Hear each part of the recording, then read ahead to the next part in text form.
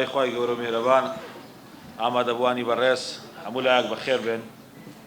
خۆشحاڵین ئەمڕۆ لە پایتەختی کوردستان لە گەڕەکی هەولێری نوێ قوتابخانەیەکی هەژدە پۆلی دیکە چێتە بواری خزمەتکردن بە خەڵکی ئەم گەڕەکەوە بە خەڵکی شاری هەولێر. زۆر سوپاس بە ناوی وەزارەتی پەروەردە بۆ گروپی کۆمپانیاکانی لالاف برای بەڕێز کاک حایچۆلی کە ئەرکی دروستکردنی ئەم قوتابخانەیان گرتووەتە ئەستۆ و وەکو بەخشەرێک ئەم کاران ئەنجامداوە و قوتابخانەکە پێشکەش بە وەزارەتی پەروەردەی حکوومەتی هەرێمی کوردستان و بەڕێوەبەرایەتی گشتی پەروەردەی هەولێرەکە.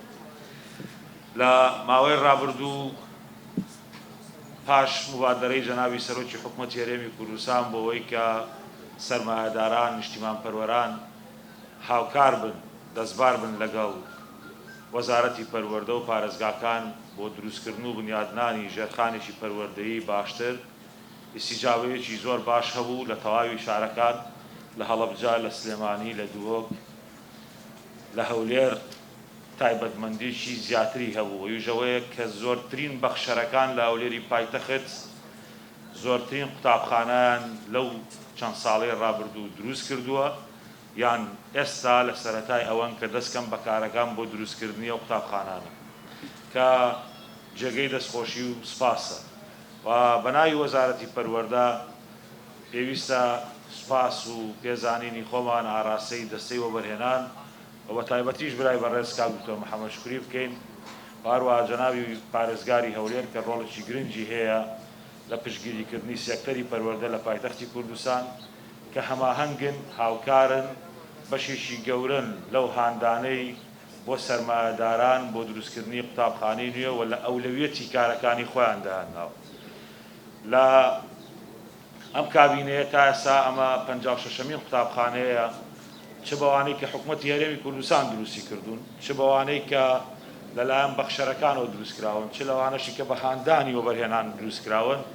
56مین قوتابخانەیە کەوێتە بواری جێبەجێکردنەوە بە پێی ئەو بودجە خەمڵێنراوەی کە دانراوە لە ساڵی 2022 لەلایەن حکوومەتی هەرێمی کوردستان. 37 پرۆژەی دیکەش کارکردن تیانە تەواو کرێت. کۆی گشتی ئەو قوتابخانانەی کە لە کابینەی نوێمی حکوومەتی هەرێمی کوردستان ئەچنە بواری خزمەتکردن بە قوتابیانەوە زیاتر دەبن لە 100 قوتابخانە هەتا تەواوبوونی کابینە، کە ئەمەش بە پێی ستانداردەی کە دانراوە شوێنی زیاتر لە 95,000 منداڵ 95,000 قوتابی نوێ بۆ قوتابخانەکان دابینەکە لە هەرێمی کوردستان و ئەوەش بە گوێرەی ئەو تواناداراییە، بە گوێرەی و ئالێنگاریانی کە ئێستا لەبەردەستن تا ڕادەیەک مۆشیرێکی باشترە وێڕای ئەوەی کە ئێمە لە کەرتی پەروەردە پێداویستی زیاترمان هەیە و دەزانین پێویستمان بە نوێژەنکردنەوەی بەشێک لە باڵەخارەکانمانە و دەزانین لەو شوێنانەی کە چڕی دانیشتوان ئێستا بەرەو زیادبوون و ژمارەی دانیشتوان بەرەو زیادبوونە پێویستمان بە دروستکردنی قوتابخانەی نوێ هەیە.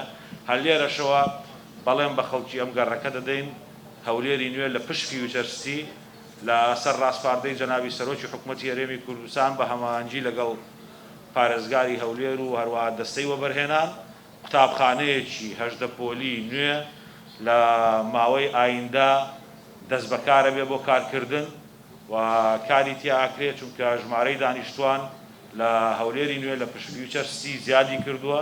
پێویستیان بەوەیە کە قوتابخانەیان بۆ دابینکرێت. جەنابی سەرۆکی حکوومەت فەرمانی کردووە کە هەر سێ لایەن وەزارەتی پەروەردە و دەستەی وەبەرهێنان و پارێزگاری هەولێر هەماهەنگی بکەن بۆ ئەوەی خزمەتی خەڵکی ئەو گەڕەکە بکرێت.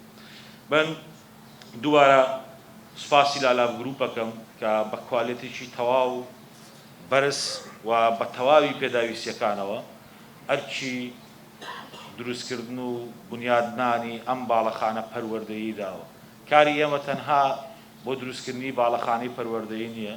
لە وەزارەتی پەروەردەی حکوومەتی هەرێمی کوردستان لە پاڵەوەی کە تا ئێستا 600 قوتابخانەمان نۆژەن کردوێتەوە و ئەمەش 56مین قوتابخانەیە کە ئاکەوێتە بواری خزمەتەوە بە چڕی کار لەسەر پێداچوونەوە بە پرۆگرامەکانی خوێندن کراوە و بەردەوامیشە و تا ئێستا زیاتر لە 30,000 مامۆستا ڕاهێنانی پێکراوە. بۆ تا کۆتایی کابینە دەمانەوێت ئەم ژمارەیە بگەینە 60,000 بۆ سەرەوە بۆ ئەوەی کە ڕاهێنانی مامۆستایان بەردەوام بێ. جالەوە لە هەموو ئاستەکان دەمانەوێت کە گرنگیشی تایبەتیش بە خوێندنی پیشەیی بدەین. ئێمە لە وەزارەتی پەروەردە بە هەماهەنگی لەگەڵ وەزارەتی خوێندنی باڵا لە قۆناغی کۆتایی نووسینەوەی استراتیژی بەرەودام بە خوێندنی پیشەین لە هەرێمی کوردستان.